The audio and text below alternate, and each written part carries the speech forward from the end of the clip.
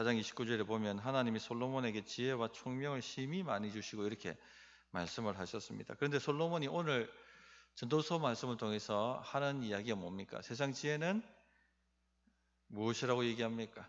헛되고 헛되다 이렇게 이야기를 하고 있습니다. 왜 이렇게 말할까요? 그 이유를 오늘 말씀을 드리려고 합니다. 첫째, 세상 지혜는 괴로운 것이기 때문에 그렇습니다. 12절부터 13절 말씀을 보시면 나 전도자는 예루살렘에서 이스라엘 왕이 되어 마음을 다하며 지혜를 써서 하늘 아래에서 행하는 모든 일을 연구하며 살핀즉 이는 괴로운 것이니 하나님이 인생들에게 주사 수고하게 하신 것이라 이렇게 말씀하고 있습니다. 사람들은 세상에서 일어나는 일들, 세상의 원리들을 살핍니다. 왜 그렇게 살피고 연구하고 공부합니까? 그렇게 하면 세상에서 좀 더 행복하게 아름다운 세상을 만들고 아름다운 인생을 만들고 그렇게 살 수 있다 생각하기 때문에 부지런히 공부하고 연구합니다. 우리 아이들이 태어나면 유치원 때부터 세상 지혜 공부에 뛰어들기 시작합니다. 열심히 배웁니다. 초등학교 들어가도 학원 두세 개 다니는 것은 기본입니다. 이 중고등학생이 되면은 이건 말 다 한 것이죠. 이 밤늦게 오늘 예배 마치고 오늘 기도회 마치고 나가면 아마 이 학생들이 집으로 귀가하기 위해서 캥한 눈을 가지고 돌아가는 것을 볼 수가 있을 것입니다. 그런 아이들 모습 보면 마음이 짠합니다. 이는 괴로운 것이니 하나님이 인생들에게 주사 수고하게 하신 것이라.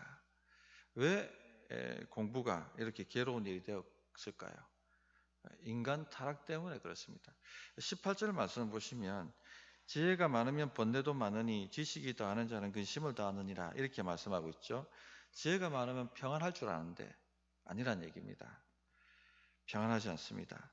지식이 많으면 많이 공부하면 근심이 사라질 것 같은데 그렇지 않다는 것이죠. 많이 배우면 배울수록 번뇌는 깊어지고 근심도 더 많아지게 될 것이다. 그렇게 말씀을 하셨습니다. 왜 이렇게 됩니까? 타락으로 인한 저주 때문에 그렇습니다. 해 아래 지혜는 처음부터 하나님 없이 내 인생 내가 주인이 되어서 한번 살아내겠다 하는 데서 출발했기 때문에 이 저주를 피할 수가 없습니다. 인생의 이치를 왜 깨달으려고 합니까? 내가 그냥 주인이 되어서 내 인생 내 마음대로 한번 살아보고 싶은 겁니다. 그러면 행복할 것 같고 그러면 잘 될 것 같고 그런 것이죠. 창세기 3장에 이 아담과 하와가 타락한 이야기를 보면 그들이 왜 타락을 선택했습니까? 이 지혜로워지기 위해서 그렇게 선택한 것입니다. 이 창세기 3장 6절에 보면 여자가 그 나무를 본즉 먹음직도 하고 보암직도 하고 지혜롭게 할 만큼 탐스럽기도 한 나무인지라. 그리고 그 나무를 따서 먹었다는 것입니다. 그들이 하나님의 계명을 어기고 타락한 이유는요, 지혜롭고 싶어서 그랬습니다. 나도 하나님처럼 지혜로워서 세상의 이치를 다 깨닫고 내 인생 그러면 행복해지겠지. 내 마음대로 살아도 잘 되겠지. 거기에 출발을 했던 것이죠. 이 바벨탑은 하늘 꼭대기에 다다를 만큼 높은 탑이었습니다. 그 당시 사람들의 지혜를 가지고 지을 수 있는 이런 최고의 건축물이었겠죠. 그 당시 사람들이 이렇게 지었다는 것 자체만으로도 엄청난 지혜입니다. 그죠? 그런데 그 지혜의 목적이 무엇입니까? 창세기 11장 4절에 보면 또 말하되 자 성읍과 탑을 건설하여 그 탑 꼭대기를 하늘에 닿게 하여 우리 이름을 내고 온 지면에 흩어짐을 면하자. 바벨탑을 쌓은 그 지혜의 목적이 무엇이었습니까? 자기 이름을 내려고 하는 것입니다. 자기가 높아지려고. 우리 이름을 내고. 둘째는요, 하나님의 말씀을 거역하는 것이죠. 온 지면에 흩어짐을 면하자. 하나님께서는 인간에게 사명을 주셨습니다. 모든 지면에 퍼져서 번성하여 땅을 정복하라 하는 사명을 주셨습니다. 그런데 어떻게 합니까? 그거 하지 말자는 겁니다. 하나님의 말씀을 정면으로 거부한 것이죠. 그래서 세상 지혜를 추구하면 추구할수록 번뇌는 깊어지고 근심은 많아지게 됩니다. 공부 열심히 하면 행복할 줄 아는데, 잘 살게 될 줄 아는데 그게 아니더란 얘기입니다. 보십시오. 최고의 지혜자들이 뭘 만들었습니까? 원자폭탄을 만들었습니다. 지금도 최첨단 과학기술을 가지고 사람을 어떻게 잘 죽일까? 전쟁을 어떻게 잘 수행할까? 그렇게 군비 경쟁을 하고 있습니다.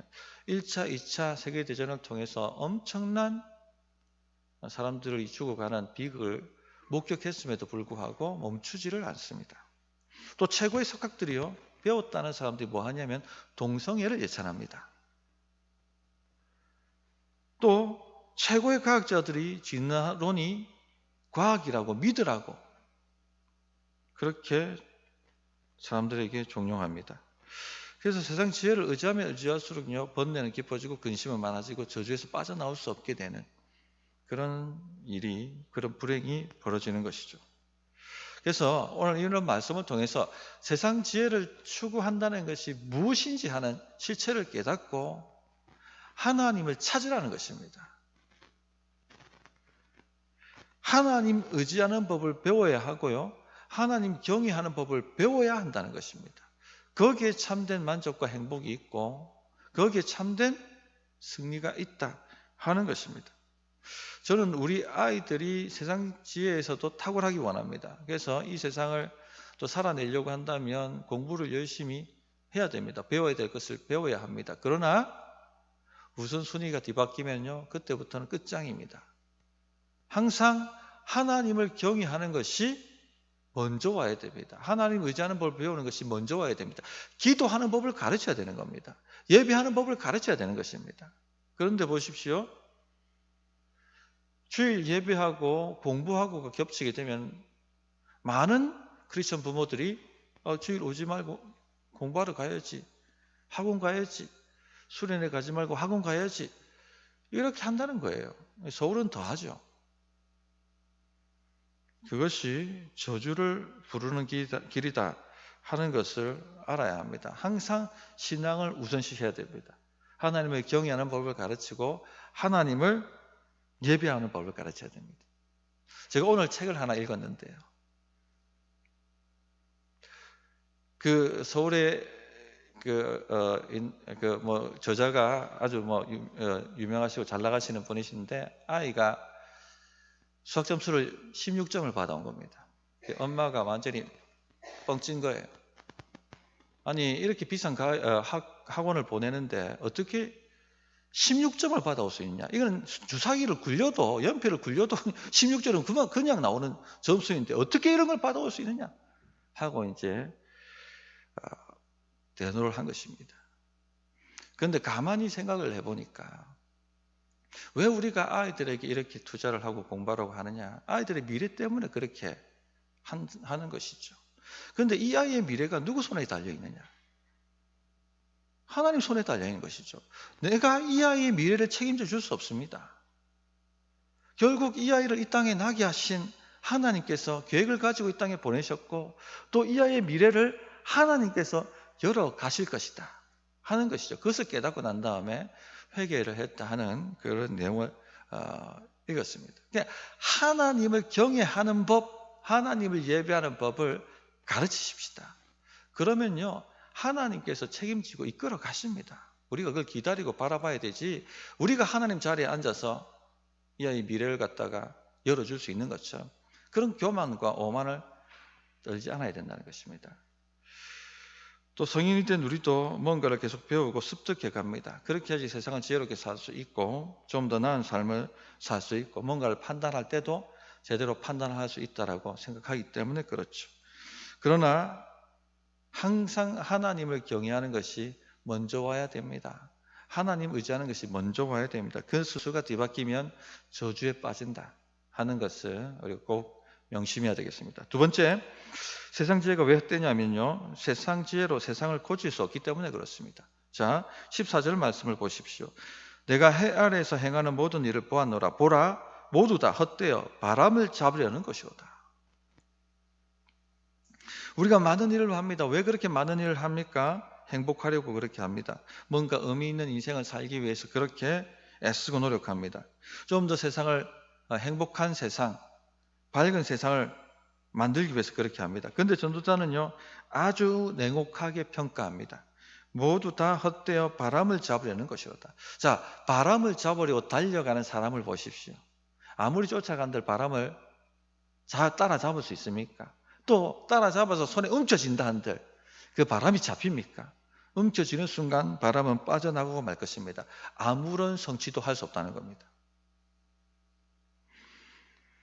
15절 보시면 구부러진 것도 곱게 할 수 없고 모자란 것도 셀 수 없도다. 인간 지혜는요, 구부러진 것 하나도 제대로 곱게 펼 수가 없습니다. 아무리 똑똑하고 지혜로운 사람들도요, 자기 자식 마음도 못 알아채고 그 자기 자식도 설득시킬 수가 없다는 것을 깨닫게 됩니다. 그렇잖아요? 아무리 똑똑해도요, 사람 마음 하나 잡지를 못합니다. 이 세상에 구부러진 것이 얼마나 많이 있습니까? 그것을 개혁하겠다고 나오는 사람들도 많이 있습니다. 그런데 개혁을 해낼 수 있느냐? 해낼 수 없을 뿐더러 나중에는 그들이 개혁의 대상이 되는 것을 우리가 많이 보고 있습니다. 모자란 것도 셀 수 없도다. 표준 세번역을 보면 이렇게 번역해 놓았습니다. 없는 것은 셀 수 없도다. 이것이 바른 번역이라고 얘기를 합니다. 인간의 지혜는요, 보이는 것만 다룹니다. 보이지 않는 영적 세계는요, 가늠하지도 못합니다. 알지도 못합니다.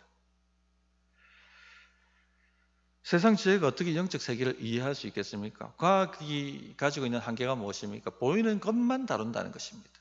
그러니까 러시아 과학자들이 우주선을 타고 우주에 올라가서 한 말이 하나님이 안 계시더라, 우주에. 그런 바보 같은 소리나 하고 있는 것이죠. 과학은요, 보이는 세계만 다룰 뿐입니다. 그러면 보이지 않는 곳은 셀 수도 없는 거예요. 그만큼 한계가 있다는 것입니다. 그렇기 때문에 인간의 불행의 근본적 원인을 파악할 수도 없고 처방할 수도 없는 것입니다. 선견자 하나니가 일어나서 유다왕 아사를 책망했던 이야기가 있습니다. 당시 북이스라엘이 남유다로 쳐들어오자 남유다의 왕이었던 아사 왕이요, 아람 왕에게 사신을 보내서 원군을 요청합니다. 가장 쉬운 방법이었고 세상의 지혜였죠. 그래서 아람 왕이 원군을 가지고 와서 북이스라엘을 칩니다. 그러자 북이스라엘이 화들짝 놀라가지고 남유다 치는 것을 멈추고 다시 자기 자리로 돌아가는 것이죠. 아사 왕의 책략은 성과를 나타냈습니다. 얼마나 들떴겠습니까? 역시 그렇지, 내 판단이 맞았어, 그렇게 생각을 했습니다. 그때 하나님께서 하나니라는 선지자를 통해서 이렇게 말씀하셨어요. 역대하 16장 7절에 보면 그때 선견자 하나니가 유다왕 아사에게 나와서 그에게 이르되 왕이 아람 왕을 의지하고 왕의 하나님 여호와를 의지하지 아니하였으므로 아람 왕의 군대가 왕의 손에서 벗어났나이다. 북이스라엘이 물러가서 아사, 내가 했던 게 맞았어, 내 판단이 정확히 내 지혜가 효과를 냈지 라고 생각하는데 오히려 아람 군대가 너희를 치는 역효과가 날 것이다 라고 알려주신 것입니다. 우리 눈에는 잘 되어 보인다 할지라도 그게 진짜 잘 된 것인지 모른다는 겁니다. 우리는 영적 세계를 모릅니다. 지금 내가 내린 판단이 지금 당장에게 나에게는 이득이 될지 모르지만 이것이 근본적으로 내 인생을 망쳐놓을 수 있다는 것을 우리는 모른다는 거예요. 그러므로 성도님들, 보이는 대로 그냥 열심히 살아서는 안 되고 보이는 대로 그냥 열심히 뭔가 연구하고 달려가서는 안 된다는 겁니다. 좀 멈춰서서 해 아래가 아닌 해 위에 계신 하나님을 바라볼 수 있어야 됩니다. 하나님을 경외하는 자리, 하나님을 의지하는 자리를 만들고 거기에 내 시간을 드릴 수 있어야 된다는 것입니다. 요즘 성도들이 기도하지 않는다고 합니다. 이 시대의 성도들이요, 기도가 없답니다. 이 큰일입니다. 성도들이 기도하지 않는다는 것은 무슨 말입니까? 세상 지혜로 산다는 거예요, 그냥. 그러므로 우리 성도님들은요, 해 위에 계신 하나님을 바라볼 수 있는 지혜를 얻기 위해서 기도의 자리, 하나님을 의지하는 자리, 예배의 자리, 그 시간들을 좀 확보하셔서 거룩한 낭비를 하시길 바랍니다. 셋째, 세상 지혜는 아무리 쌓아도요 만족을 주지 못하기 때문에 허무합니다. 16절 보시면 내가 내 마음 속으로 말하여 이르기를 보라 내가 크게 되고 지혜를 더 많이 얻었으므로 나보다 먼저 예루살렘에 있던 모든 사람보다 낫다 하였나니 내 마음이 지혜와 지식을 많이 만나 보았습니다. 솔로몬은요 지혜를 자랑했습니다. 그러나 결론이 무엇입니까? 17절에 보면 내가 다시 지혜를 알고자 하며 미친 것들과 미련한 것들을 알고자 하여 마음을 썼으나 즉 선한 것뿐만 아니라 미친 것, 미련한 것까지 다 파악을 하려고 애를 썼으나 결론이 무엇입니까? 이것도 바람을 잡으려는 것인 줄 깨달았다. 세상 지혜는요 아무리 쌓아도 만족을 주지 못합니다. 허무합니다. 그렇기 때문에 결론적으로 인간의 한계, 인간 지혜의 한계, 세상 지혜의 한계를 깨닫고 겸손히 하나님을 인정하라는 것입니다. 제발 좀 하나님을 찾으라는 것입니다. 제발 하늘의 지혜를 사모하라는 것입니다. 성도님들 말씀을 맺겠습니다. 우리는 해 아래 살아가는 사람들입니다. 보이는 세계밖에 모릅니다. 그러나 보이지 않는 세계가 있습니다. 거기에 하나님이 계시고 온 우주 만물을 다스리시며 우리의 인생사를 만들어 가시는 분이십니다. 그러므로 이 땅에 보이지 않는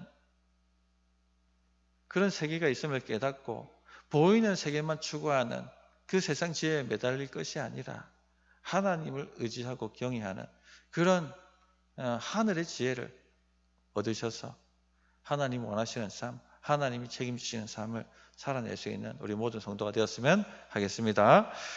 예, 말씀을 붙들고 기도하겠습니다. 하나님을 경외하는 법, 하나님을 의지하는 법을